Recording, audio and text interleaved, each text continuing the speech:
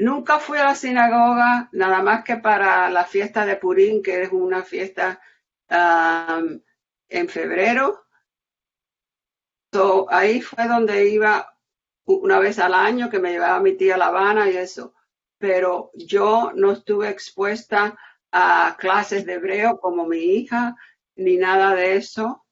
Y, y bueno, aquí fue cuando vine a empezar a ir a la sinagoga y todo eso. Pero en la casa, los Passover, todas las fiestas religiosas, las decíamos, las cantábamos, las canciones, todo. Eso se mantuvo en el hogar.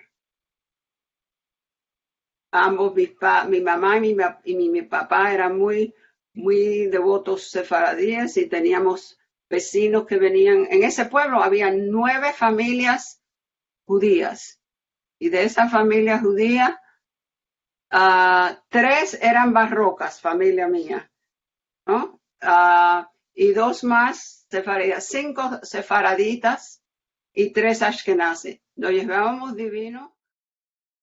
But I mean, I went to Rhodes. I found it really interesting because I went into the synagogue where my grandparents were married, sorry, married.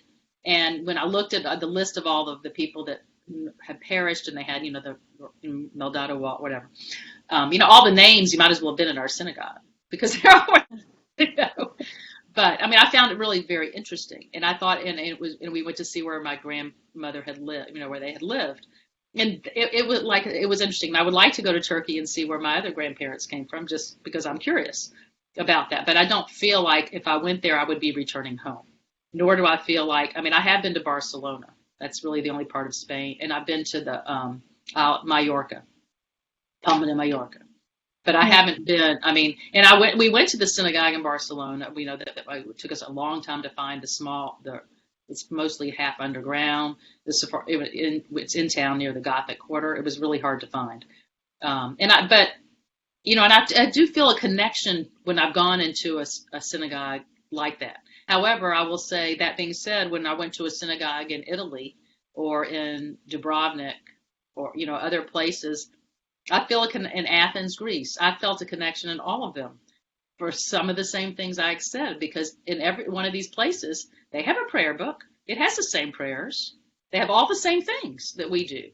And I think I find all of that to be welcoming and feeling like it's at home.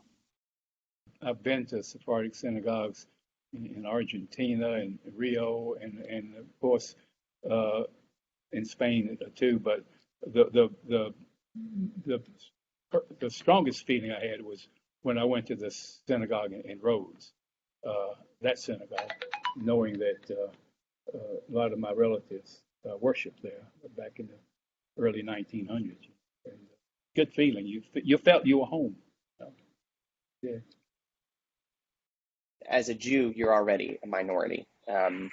As a Sephardic Jew, you become even more of a minority in this grand scheme of things. And so the idea is that every Jew that I have met throughout my life, for the most part, outside of my synagogue, is Ashkenazi. They say their prayers the exact same way, and they read from the Torah the exact same way. I don't think I really have met anyone else without traveling outside of my own community that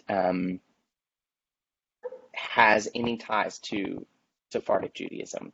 It wasn't until I went to Spain and found a synagogue in Spain that had Kehillah outside. And the same happened to me when I was living in Santiago, Chile. I found a synagogue and it said Kehillah. And it's just something that is, what my grandfather, my papu, would say. I'm going to the Kehillah. And instead of saying I'm going to shul or I'm going to synagogue or any other term, this was something specific to us. And so seeing that was really just a sense of home. And it was this sense of, we're not alone and that there are other Sephardic Jews in the world.